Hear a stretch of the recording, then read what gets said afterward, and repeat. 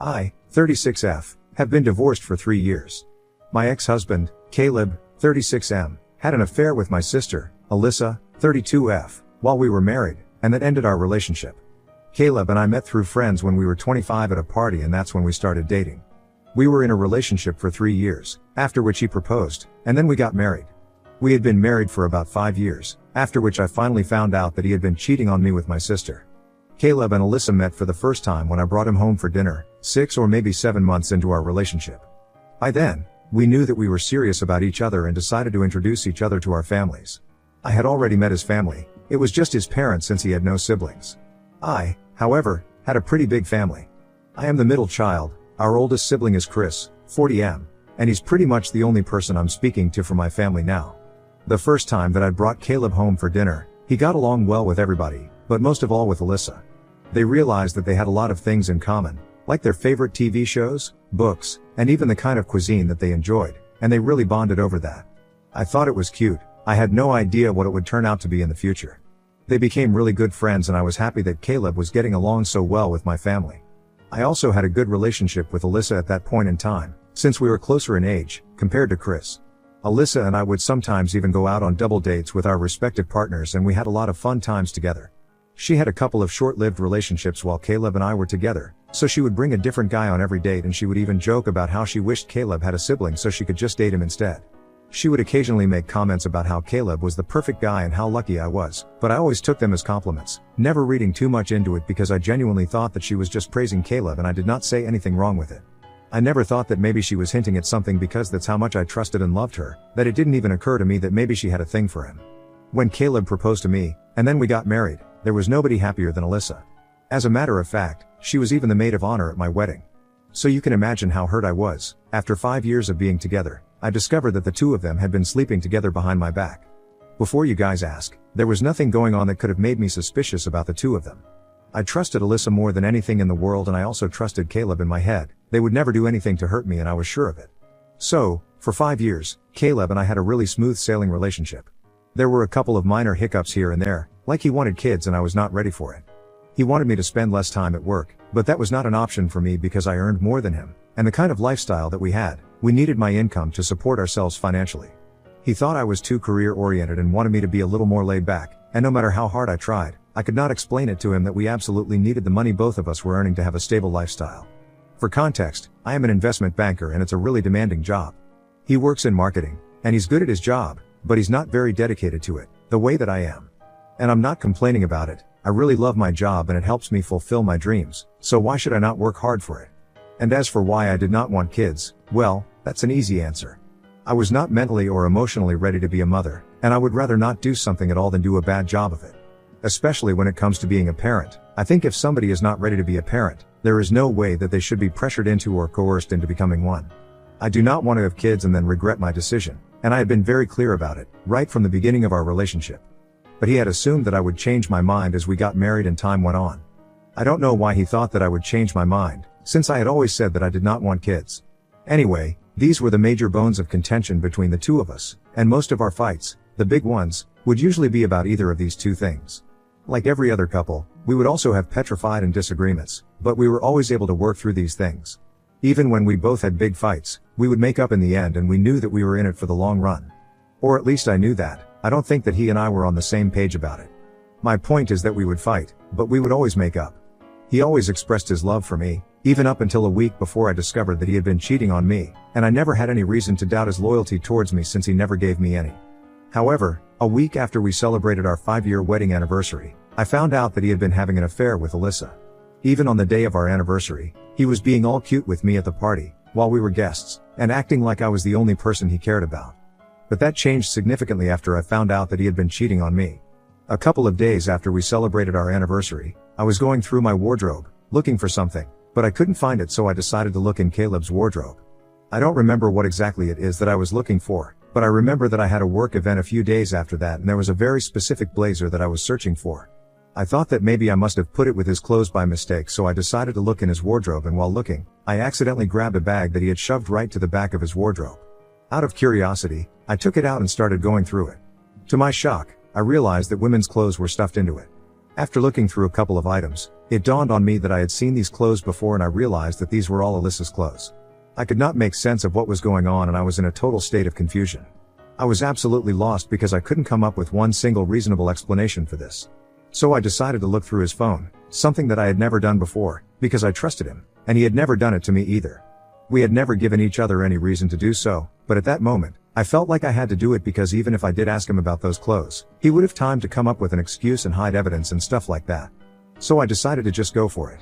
I knew the password to his phone and I decided to check his DMs, and sure enough, when I opened his chat with Alyssa, it was innocent initially, but when I scrolled up, I noticed that the way that they were speaking to each other, friends don't speak to each other that way. They were flirting with each other, getting intimate by text, and making plans to hook up, which explained all the late nights he was working. I gathered that this affair had probably been going on for a couple of months. And coincidentally, Alyssa had come over for lunch that day. So the two of them were so lucky that I had them in the house at the same time, so I confronted them together. I showed them the text and the bag of clothes that I had found in his wardrobe and demanded an explanation. But instead of apologizing to me or even bothering to deny it, the two of them just said that this was none of my concern and that I had to stay out of their business. I was really taken aback by that response because obviously, this was my business. If my husband was cheating on me with my sister, I think it qualifies as my business. I did not hold back and I started screaming at both of them that day, but instead of reacting to any of it, they just continued to pretend this was no big deal. Caleb even had the gall to tell me that since I was not giving him a child and neither did I bother to spend enough time with him, which was really hypocritical because neither was he willing to compromise on his lavish lifestyle, and I was the one who was supporting it. But anyway, that's the reason he told me that he had to look for other options and he and Alyssa get along really well. Alyssa said that I should actually be glad that he chose to keep it in the family instead of going elsewhere, since that would have been even more embarrassing for me. They told me that they were not going to stop, and as a matter of fact, now that I found out, they did not see any reason to hide it from me any longer. They had only been keeping this under wraps because they wanted to avoid the drama and they were just waiting for her promotion, so she could move away from here, and Caleb would then follow. But she was not against the idea of revealing everything now and then getting this over with. It was really nasty and I don't even know how I got through all of it. There was not much to say after I found out the truth, since they did not seem guilty about it, and I was not going to forgive him for it, that was for. So I decided to file for a divorce, and after I told my parents, they cut Alyssa off, and Eric also stopped speaking to her. Literally, nobody from our family had any ties with her after that, and they did not seem any worse off for it either. A couple of weeks after that, Alyssa moved away to Pennsylvania, which is a 9-hour drive away from here, and once our divorce came through, 3 months later, he also followed suit. He did not contest the divorce or my petition and left everything to me. I guess he must have surmised that now that he was with Alyssa, he would not have to worry about money. She had been promoted to a better position and that meant better pay, so he did not have to worry about losing out on my wealth and the settlement that he would get from the divorce. I guess he was just in a hurry to get it over with, so he did not put up much of a fight.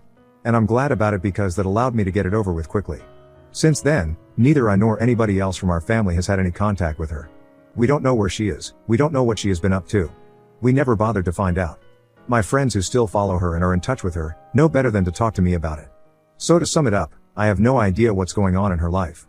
It's been 3 years, but I'm still trying to recover from everything and they really messed me up for good. However, I was reminded of everything a couple of days ago, because Caleb got back in touch with me.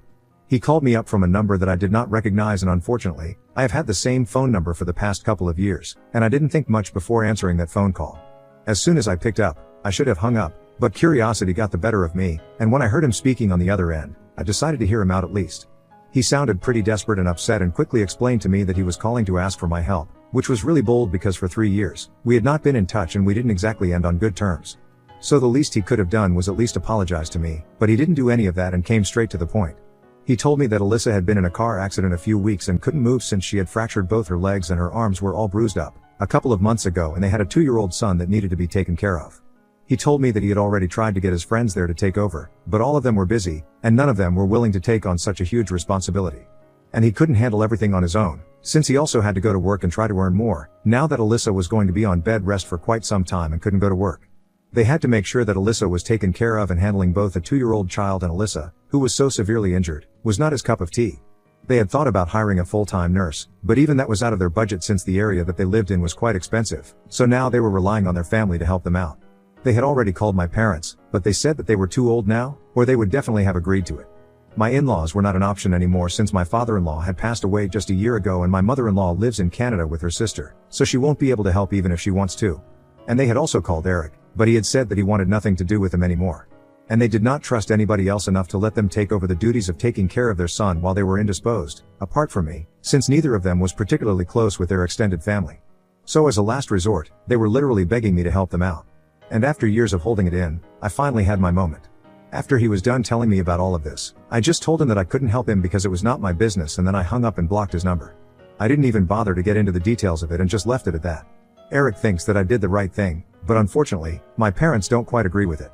They think that 3 years have passed and now, I should be over it. Especially since Alyssa is going through something so horrible, and I should be there for her.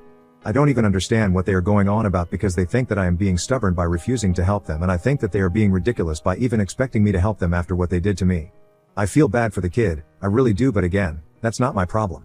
They insist that I am being selfish and stubborn, and I should at least consider it before saying no. It has been a couple of days and my parents are really getting to me because now, I'm not sure if I did the right thing or not. I wouldn't have felt bad for them, but there is a child involved and that's why I'm rethinking my decision. Ida for refusing to help my sister and my ex-husband out with taking care of their son since he had cheated on me with her. Update 1. Hi, first off, thank you so much for all the comments on my post. Thank you for taking the time to say something, that was really nice of you guys. And now, coming to my decision. I'm not changing my mind, I'm still staying out of their business, as they had put it themselves. My parents can think whatever they want to about me, I really don't care. They don't have the right to decide if I should move on or not. I was the one who got hurt and so, I'm the only person who gets to decide how I feel about this. They don't get to dictate my feelings. I do, and I always will, feel bad about their son, but again, that's not my child, and not my problem. If they feel so sorry about this situation, they can take on the responsibility of taking care of their child themselves, instead of making up excuses about how old they are. They are just in their early 60s, they do everything that normal people do, and it's not like it's that big of a deal for them. If it's just a matter of a couple of months, I'm sure they can help out. But they don't want to do that, they just want to put it on me. When I communicated my decision to my parents and told them that I was not going to change my mind, they told me that they were cutting ties with me as well since I was really selfish and stubborn, and they couldn't believe that I was going to act this way, even though Alyssa was so severely injured. I don't know what's so hard to believe, they screwed me over once, and I'm not about to let them walk all over me a second time. It's as simple as that, I don't think I'm doing anything wrong. I haven't talked to Eric about it yet, but I know that he will be on my side, as he has been so far.